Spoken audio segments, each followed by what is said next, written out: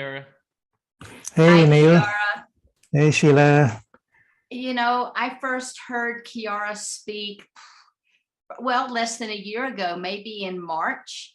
And from the first time I heard the first word come out of his mouth, there was such a resonance that just washed through my body that it was like, I really want to get to know this person. And after the presentation, he had already sent an email out to everybody. And then I just started corresponding. And I have to tell you that Kiara is a beautiful resource. He is a true, I think, an embodiment of the Gaia energy that's blooming and blossoming and coming forward with spirit all intertwined. And so as you listen to Kiara today, I want you to listen not just with your ears, but listen with your heart, because his words will ring true to you and you will be changed. So Kiara, thank you so much for being here today.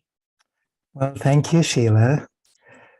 And let's make this a conversation. So Sheila, stay on, and also Neil and Alan, and let's just make this a conversation. Sure. Always fun. Great. All right. So, well, let me start with a conversation I had last night with my close friend, Barry. So he wrote me, and it was just after the end of our panel session yesterday. And he wrote me and said that he'd had a visitation from Sri Aurobindo, who is also one of my teachers, who said that, so he was taken to the Samadhi, which is this place in Pondicherry where he's buried. He died in 1950. Actually, the same day that Barry was born. So that's an interesting, very fascinating connection there. And he said that what he got one sentence from Sri Aurobindo. And it was, it's coming now, it's happening now. And immediately what he got was, this was about the supramental descent. And I want to explain what the supramental force is about, and then we'll get into more of this. So the supramental force is this truth consciousness that enters into creation constantly and consistently from the highest realms of divinity. And it's a level of the mind that can be accessed while in human body. And through us, it can be accessed by Gaia.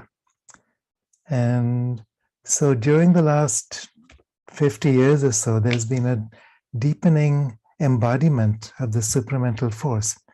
So it's like a vibrational field that's been entering deeper and deeper and deeper into the heart of the earth. And the thing about this supramental force is that it's beyond, way beyond any polarity. And especially the polarity that we're so familiar with, which is darkness and light. You know, so part of what third dimension means for me is this struggle, this duality between darkness and light, striving towards one, denying and avoiding the other, and basically gauging our lives in relationship with duality.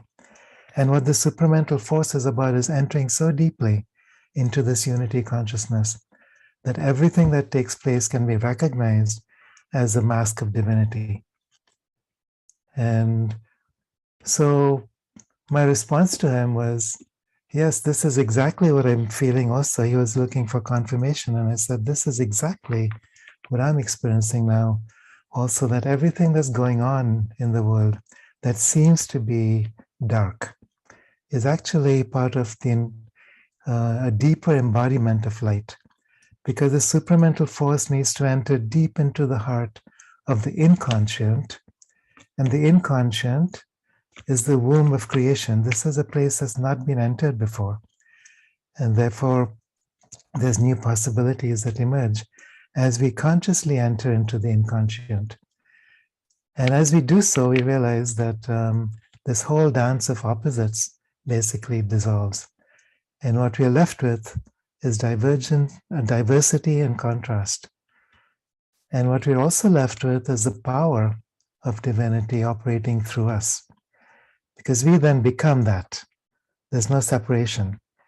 There's no projection of dark and light. There's a total ownership of who we are in our totality. And as this enters deeply enough into the inconscient, it enters into the field of Gaia, who is then empowered to step into her next ocean of possibility. And what I realize is that this whole COVIDian crisis, this whole drama that's been going on, the lockdowns and the V word that I'm not supposed to mention on YouTube and so on. It's all wonderful, and all the people involved, the whole deep state is part of this whole creation of the embodiment of the supramental force. And what Sri Aurobindo said about this is that as this supramental force enters deeper and deeper into human consciousness, what happens is that through us, it enters into the field of evolution for Gaia, and that because this is a unified force, it can trigger evolution in a way that is strong and powerful, but not necessarily catastrophic. We've been talking a lot about the galactic changes, the solar changes, the planetary changes, the cycles that are taking place right now. And Barry and I have been having this conversation for decades. So we're talking about galactic superwaves, a la Paul Laviolette. We're talking about solar micronova. So this is a cycle of the sun, which we are now re-entering. The last time these cycles took place was an extinction level event on the Earth 12,000 years ago when Atlantis sank. So this highly advanced civilization, this profound frequency of humanity and powerful elemental forces on the Earth came together to sink an entire continent because we were not quite ready then to actually integrate this force. And what I get now is that we are ready now. And it's not just that humanity is ready, but the entire Earth consciousness is ready. There's a whole new universe in creation. One other thing that Sri Aurobindo spoke about very clearly is that this is the seventh universe being born now. And what does that mean? Earlier universes, there was the whole story, the whole drama of creation, sustenance, dissolution, and then starting over again from scratch. And this particular universe, it's a whole new paradigm. It's not about needing to purify through destruction. It's about rising, about climbing in this vortex of continually soaring energy until we recognize ourselves fully as divinity. Everything. So again, no dark, no light. Everything is simply flow and is simply an expression of divinity that we are. I am that. And once that becomes so strongly embodied, then I become capable of entering the collective. I become capable of joining with the energies of Gaia. I access the elemental aspects of my own being. We become avatars. We become creators. And we become midwives for the new creation. And it happens effortlessly and joyfully. And this is what I sense now. There's massive solar flares going on right now. There's magnetic field changes leading eventually to a magnetic reversal on this planet. There's there's immense amounts of cosmic radiation pouring in from the sun, from the galaxy, beyond. And all of this is a trigger this time. So rather than leading to an extinction level event, we're actually entering into a whole new cycle of universal creation. And it's such a privilege, such a joy to participate in this, to be a part of this, to recognize this, and to know that there's nothing, absolutely nothing to be afraid of, and nothing to resist either. And this is what I also see as part of the journey into fifth and higher dimension. The third dimension is about duality. Yeah, Alan? Oh, no, sorry. Were you going to, I was just, when you said extinction level, we've been through some extinction level events before. And the most famous one or classic one is when there were only carbon dioxide breathing organisms and oxygen was the poison. Right. And looked like all of life was going to be stamped out on Earth because there was too much oxygen. Right. So talk about that, how something sort of miraculous happened in nature to turn it all around. And it was totally unexpected, at least on a human level, but maybe. Yeah, absolutely. Well, I think this is how evolution happens. What seems like a challenge, what seems like an extinction, then leads to the next cycle of evolution. So there was a time when organisms were dependent on, what was it? Some kind of cyanide, some kind of compound that's toxic to us now. And oxygen was toxic back then. And then a whole new spectrum of microorganisms evolved to turn that around. But out of nowhere, there was like a burst of creativity on the part of nature that created sort of suddenly, spontaneously, oxygen breathing organisms. And you know, when so when people talk about singularity and bringing everything into a mechanical sort of way of understanding nature, they'll never be able to capture the magic and the miraculousness of the creative life force itself. Yeah. So I think we're in that same cycle right now. And every time we have a magnetic reversal on the planet, there's extinction events plus new creation, and they both go together. So, we look at one as positive and one as negative, but they're dependent on each other. They create each other. The conditions for one are the same conditions for the other. And humans have done their part to destroy species, to create extinction events in the last 100 years or so. And yet this is all part of the next evolution. It's not bad, it's not wrong. It's not something that we have done to the earth. It's all part of Gaia. We are part of Gaia. And as one layer of extinction takes place, another layer of birthing takes place.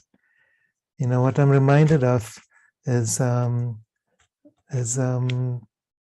conception. So what happens in the moment of conception? You have millions of sperm cells, right? Rushing towards one single egg. And it's a race.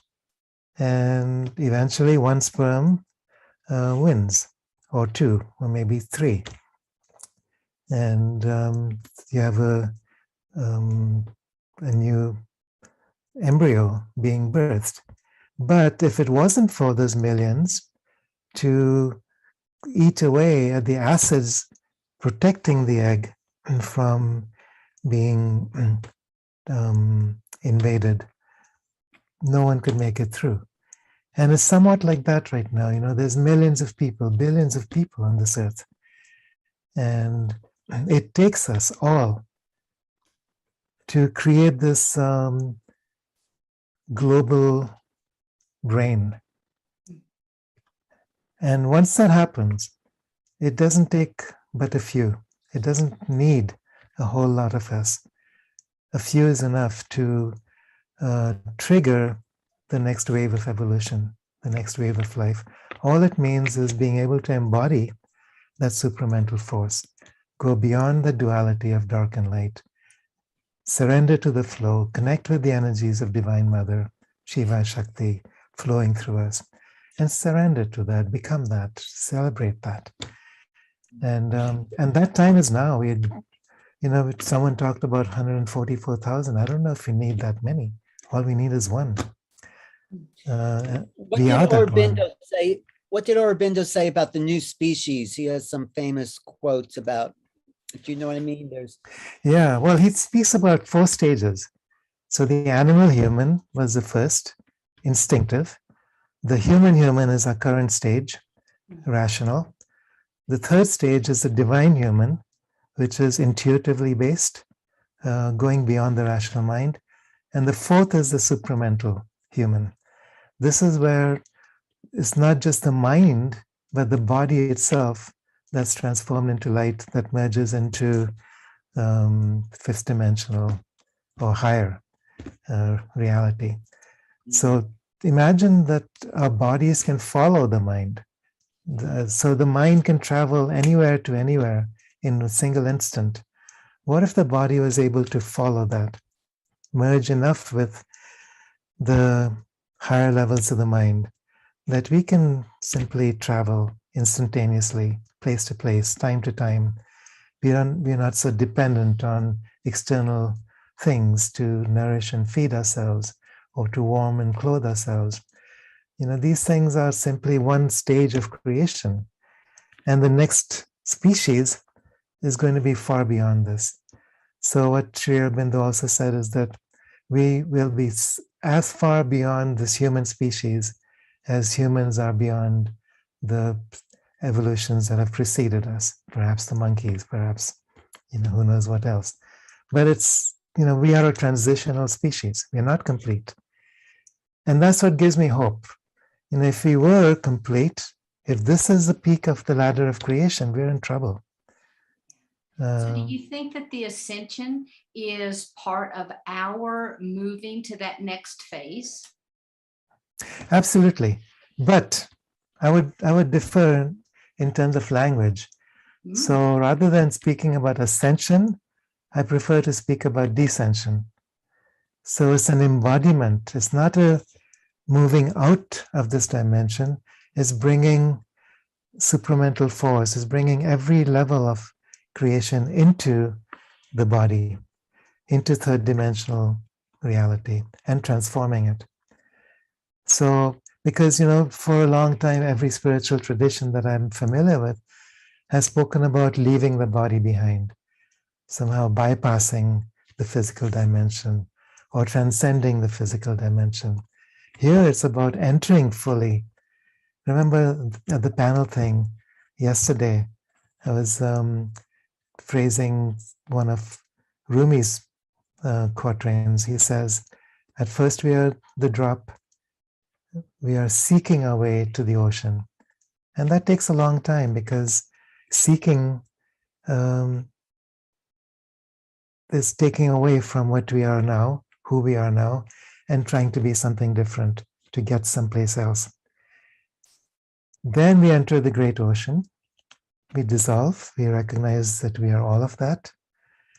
But then the next phase is entering back into the drop, the ocean entering the drop. And that's what descension is for me. It's like as avatar consciousness, as primordial consciousness, to enter so fully into these physical forms, into this dimension of reality, that we transform it completely. And then evolution takes a completely new phase. And so when Barry and I were talking about the supramental descent and the seventh universe, is basically a completely new paradigm that's beginning now. And as it begins here on Earth, my sense is that it's also a point of creation for galaxies galore. So that's one reason, I think, that so many extraterrestrial races are so focused on what's happening here on Earth. So in Not just fact, to help humanity, but it's also part of helping an awakening on a universal scale. So here we are as humans, one tiny little race and one tiny little planet, and we have a role to play because of the fact that we have these wild emotions and the potential to incorporate and integrate so much, dark and light. You know, it's not about one being the opposite of the other. It's the contrast between them that creates the wave, the tidal wave, the tsunami that can then move us into the next universe. so in So fact, we're becoming more human. We're bringing in more of those original aspects of ourselves and merging those to become more exactly, human. we've never been human yet. You know, we're way subhuman at this point. You know, what does it mean to be human? So, part of what we're doing in this conference is talking about walk-ins and extraterrestrials and inner earth beings and communications with galactic races and so on. And once we become truly human and join the galactic family, this becomes effortless. This is who we are. It's just that we've forgotten or we don't recognize it. And remembering is easy. So, you know, I'll say a little bit about my own walk-in experience. And I know you've been trying to get me to do this, Sheila, for a long time. You know, for me, it was something that happened very naturally. I was very much aware of what was happening. I was very much aware of the presence that wanted to come through and merge. And there's many different kinds of walk-ins. So this was simply what was going on for me. And in that process, the most important thing was to allow, to surrender, and to let go of any idea of what was happening, any idea of the self. So just that trust and allowance, and then things happen very effortlessly. And it's a, you know, I could talk about this for a long time, but it's not, you know, that's over, that's done. What I'm really interested in is to see how these forces that are surrounding us and all around us can be invited in so easily. These nethers, as the Egyptians call them, or the devas, as the Hindus call them, or the avatar consciousness that's all around us, these archangelic energies that are waiting to be called in. And so at that point, soon as we surrender with intention and with focus and offer ourselves to the evolution of our planet, then these forces automatically and naturally begin to work with us. And this is happening for so many in very spontaneous ways. You know, sometimes it's energetic, sometimes it's through dreams, sometimes it's through opening the Kundalini channels, sometimes it's through other senses, subtle senses that start opening up. Sometimes it's the ability to communicate across species, including extraterrestrial or intraterrestrial. You know, I've had contact with beings from Telos, which is this inner earth city underneath Mount Shasta. And there's a whole network of subterraneous tunnels. I'm not talking about the DUMs, which are much closer to the surface. These are the military bases, which fortunately are now being cleared out. And that's another whole story. But there's a whole network of tunnels and systems and communication systems that connect different parts of the earth. And it's not all physical. Some of it is etheric, some of it is causal. And the deeper we go into the earth, the more we connect with the subtle and the causal aspects of the earth. And the more we go into the Agarthan realms or Shambhala realms, and these are real, we can actually access that. We do need to be invited there, and we can ask for an invitation, or we simply open to what comes, or we go there in our dreams. But it's the intention that counts. It's the intention to stay connected, to connect with the power of creation, the elemental realms, and with Gaia. I see Gaia as an elemental being. She's not, we tend to project human qualities onto her, but she's an elemental being. And an elemental being has a very different evolution than humans do. And her evolution is to work with forces of nature to build new forms and structures that that can harness the power of creation in an alchemical way that's never been done before. And what I mean by alchemy in this sense is that we simply become capable of transforming darkness into light simply by existing. So there is no darkness and light as dualistic qualities. But the more we enter into what Sri Aurobindo calls the inconscient, we open up a doorway, we enter into the womb of Gaia. So remember we talked about fertilizing that one single egg. That's what the supramental force is doing. It's fertilizing and birthing a new creation. And this has not been done before, according to Sri Aurobindo and the Mother.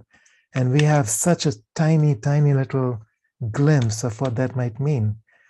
And that's what we talk about, entering the mystery, because it's a mystery so far beyond our conscious awareness, so far beyond our human understanding, so far beyond the rational level of the mind. And so as we learn to enter into the intuitive, overmental, and supramental levels of the mind, that's when we simply become the vehicles for this. And it's joyful. That's a sign that we're on the path. It's so joyful when we begin to integrate that supramental force. We think it's going to be something disturbing because we're attached to an idea of humanness or an idea of being spiritual. But what does it mean to be spiritual? Is it about leaving out an aspect of ourselves that we consider somehow non-spiritual? Or is it about entering into a field where we are prepared to step into an unknown and just allow everything to be equally present and equally embraced? So I know yes. that on the Cosmic Conversations, you made a presentation, and and I'm going to call it an activation, I'm not sure what you call it, but one of the activations that you presented was opening of the blowhole at the base of the skull. And I have had so many comments from people who participated in that exercise, and I'm wondering if you would have the time today that you could go through that so that everyone in the audience would also have that opportunity to, clear out and wake up and find that new connection that you're speaking of. Oh, sure, let's do that. Yeah, just to put this in context, about 20 years ago, I was in Hawaii, had this enormous privilege of spending time with humpback whales in the ocean. And the first time I had an encounter with a mother and baby humpback, I'd been used to swimming with dolphins. I'd spent months there on the Big Island, going out every morning in the ocean, swimming with dolphins, just entering into their field of consciousness, forgetting what it means to be human. or identifying as a human, because they don't identify as dolphins, they just are these magnificent, beautiful creatures. And so one day I went out there and I didn't see dolphins, but out in the distance I saw these spouts. And I swam out and there was a mother and baby whale. And by the time I got there, she was gone. But then I closed my eyes, called her in, and when I opened my eyes, she was directly beneath me, about 10 feet below, and a baby. And at first it was a bit startling. Oh my God, it's like she's huge. And what if she just flips her tail and I'm out flying? But then very quickly, I felt her deep, compassionate presence. And so I just remained there on the surface and she remained below, and she was sending out these waves of light. And it was entering through the space in the back of the head, which for them would be the blowhole. So this is where they breathe from, and every breath for the whales, for the dolphins, for the cetaceans is conscious because they're mammals. If they don't breathe while they're underwater, or if they don't hold their breath while they're underwater, they would, they would drown. So the blowhole is designed to be able to take breath in very quickly, first expel it, and then very quickly take in a breath and then submerge. And so over a period of years following that, they taught me how to work with this newly emerging chakra, which they said is a new chakra for humanity, behind the back of the head. So that blowhole point is like an access point. And then you stretch beyond that, and you can access the heart of Gaia. So when I was in Turkey several years later, I was working with a group of people, and then Ra came through, the Egyptian deity of the sun, and began to communicate how to access this new chakra. And so this work developed, and we called it Ilahi Nur, which basically means divine light, but the unified light, not a light that's still based in duality of two-ness. So yes, what happened first, you just open to that possibility. So you just invite that presence. For me, it happens through the whales. It also happens through many of the masters. Like when I was in Turkey, Rumi, or Mevlana, as he's known in Turkey, became really one of my guides. Such a beautiful, powerful, loving, and passionate presence. And so he's been part of this opening for me with Ilahi Nur also. So maybe what we could do, if people would like to join me, is just we'll invite that presence, Ilahi Nur, to enter, and then place one hand behind the back of the head. So right above that occipital ridge, and the other hand over the frontal lobes. And what you're doing is you're creating a bridge between the subconscious and the superconscious levels of the mind. The frontal lobes represent the new brain. The occipital region represents the reptilian brain. And so you're joining these two levels of consciousness, the instinctive and the intuitive, while you're inviting that presence, the Ilahi Nur field, which is very similar to what I refer to as the supramental field, that truth consciousness that exists at the very heart of divinity, that which I am.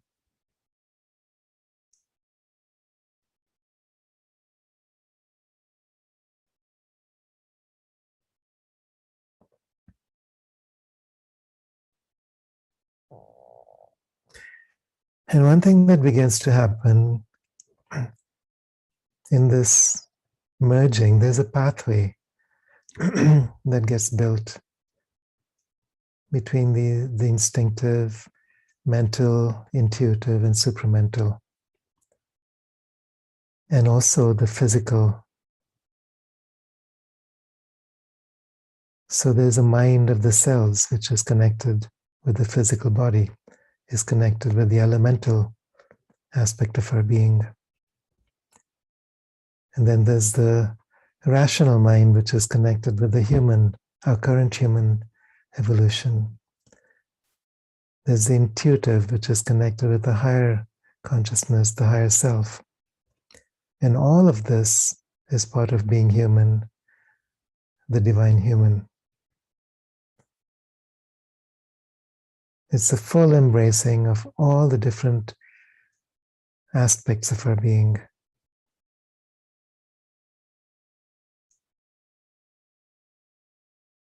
So we're creating that bridge now.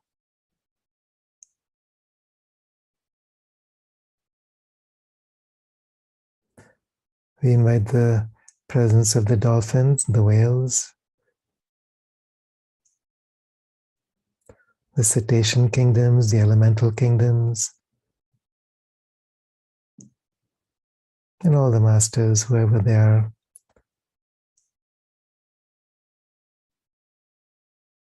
whose joy it is to participate and co-create.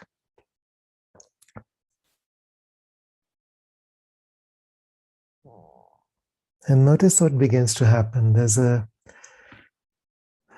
deep purification on a cellular level, which includes the mind, it includes the emotions, it includes the body. And as that unification takes place, you find that your aura begins to expand.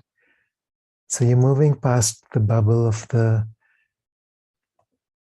lower self.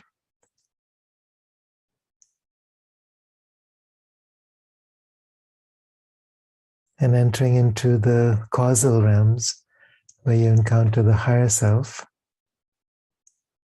Through the higher self, you encounter the one self that moves through all things.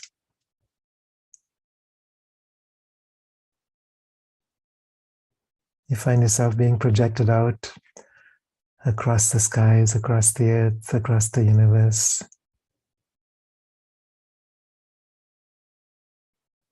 At this point, there's nothing outside of you.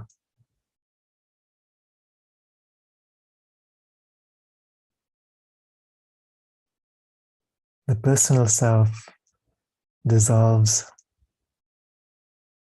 merges with this universal self.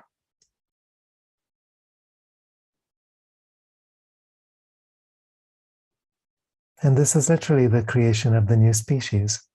When all these different aspects of our being can be unified, brought into awareness,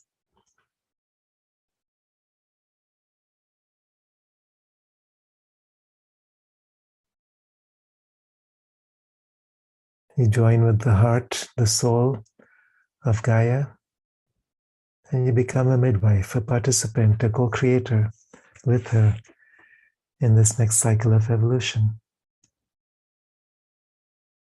We join with the galactic waves coming in from the center of our galaxy. The solar flares entering into Earth's atmosphere, including one that's happening just today, a strong one. We join with the magnetic fields of the Earth and the forces that are leading towards a reversal of the polarity of this magnetic field, which is also then a reset of consciousness, the releasing of duality and the birthing of the divine human.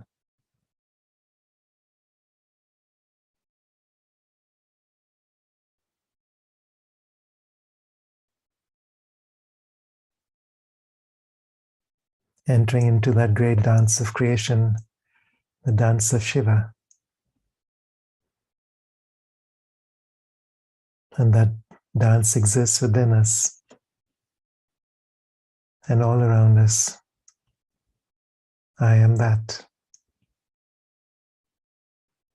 No separation. So what the whales were saying is that this chakra, once it's fully awakened in humans,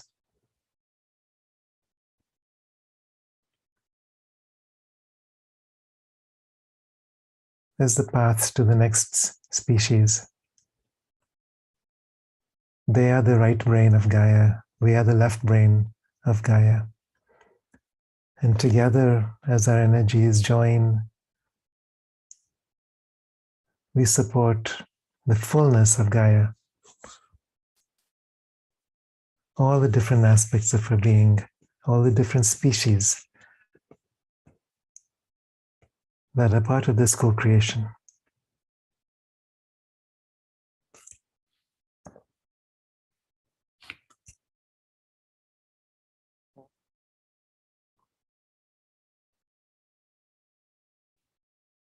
So just watch these energies passing through the heart, through the body, through the mind. You might notice that this sense of separation begins to fall away. You might notice that your ability to think rationally becomes more expanded. It's not that the rational mind falls away, but you're joining with other levels of the mind where you can access so much more, remember so much more.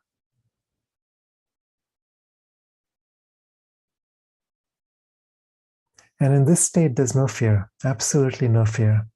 Because what can you be afraid of if you are everything? If there's nothing outside of you that can hurt you, if there's nothing that can happen that's outside of your own choice,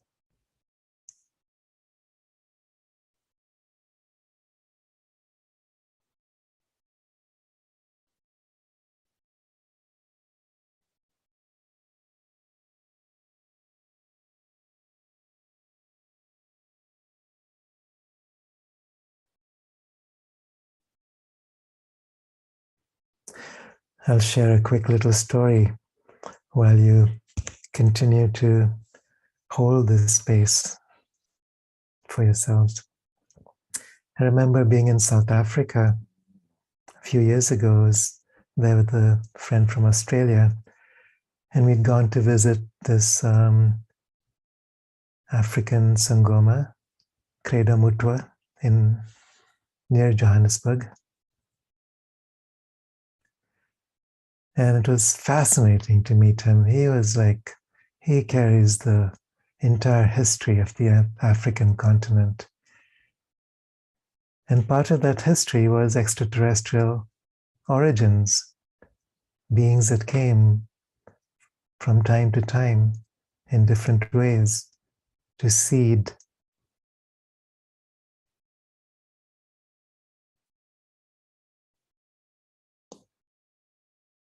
to trade,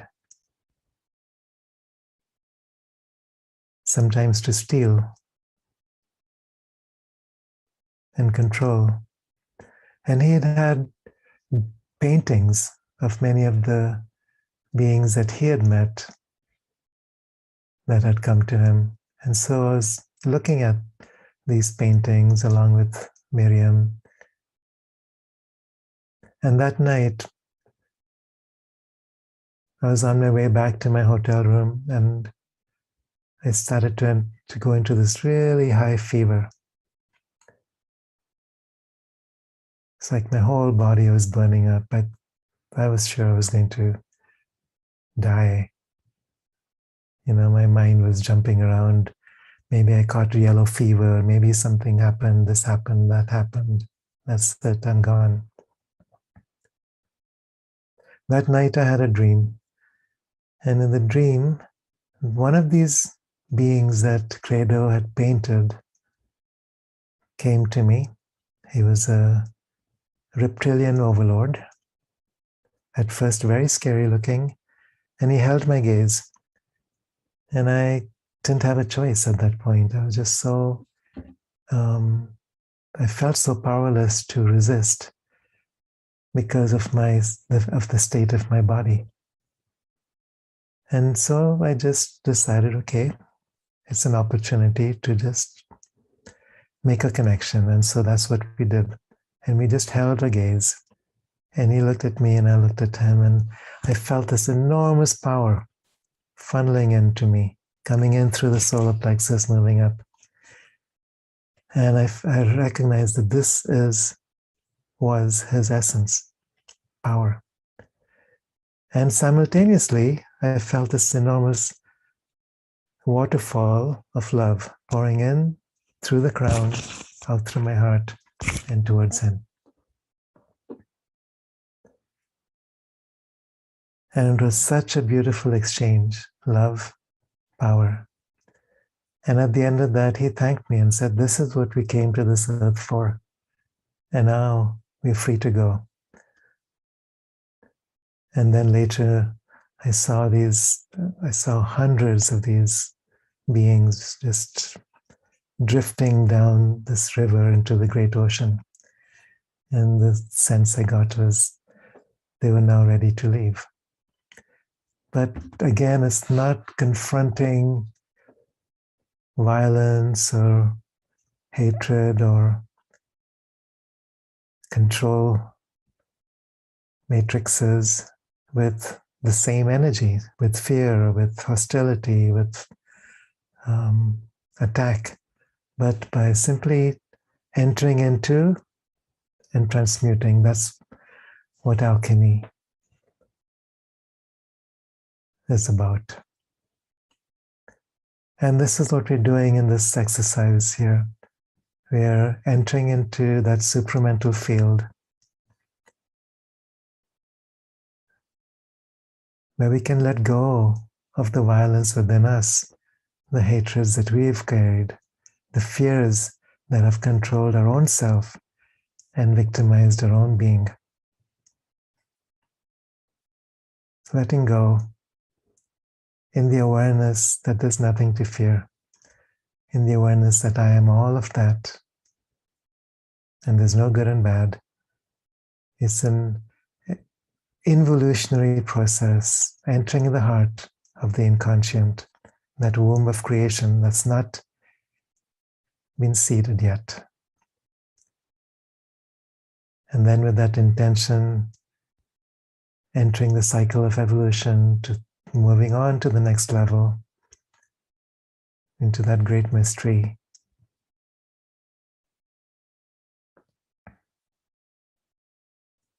Allowing a new creation to take place. So as we activate that new chakra, I call it the whale chakra. We're entering the heart of Gaia. We're joining the soul of Gaia.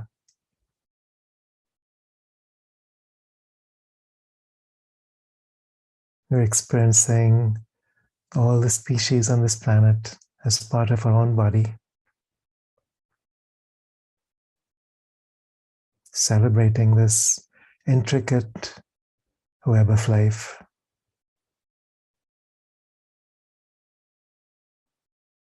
Honoring all of creation as a reflection of our own self, the one self, I am. And this one self is as close to us as our own heartbeat. It's not some mysterious thing out there. This is what our galactic families have been trying to teach us as well. It's what our inner earth families have been trying to teach us.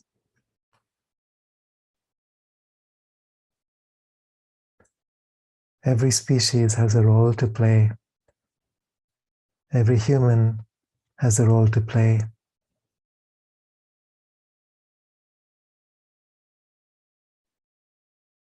Even the deep state has this role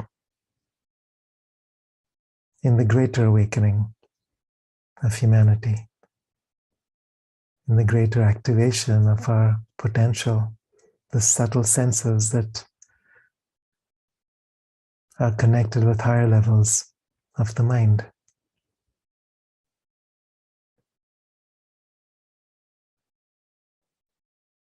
And with the mind of the cells of our body.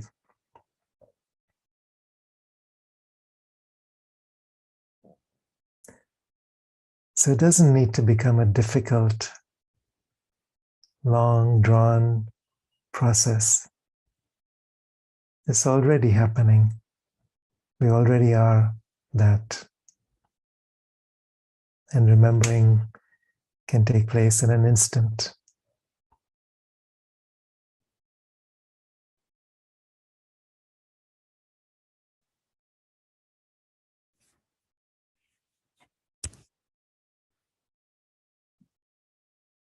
So notice we're close to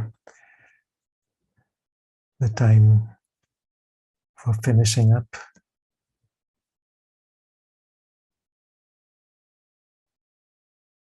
If there's any final questions or comments from anyone, please say something. Anything in the chat,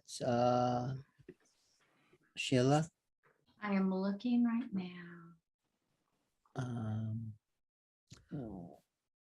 I just want to know, Kiara, what do you think the future, where are we going? What specifically can you tune into in the next year or years? Great question. I mean, this is a long question too, but I'll try and shorten it. Oh, I know. So, well, I think I've been following Elena Danan's work and Michael Sala, and they've been, one thing they say from their connection with Pleiadian contacts, and these are like warrior beings. They've been the ones who've been clearing out some of the negative ETs from the DUMBs, from the moon and Mars and so on. And what they say is that the war is over. By December, it'll be done. So we're talking about a couple of months away. Most of it has already been cleared out. Most of them are already gone. It's just the underlings that are left. So the deep state humans that are still kind of pushing for control, but without their,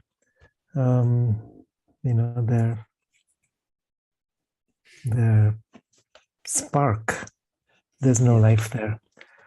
And so these things are happening quickly, and this is the first step.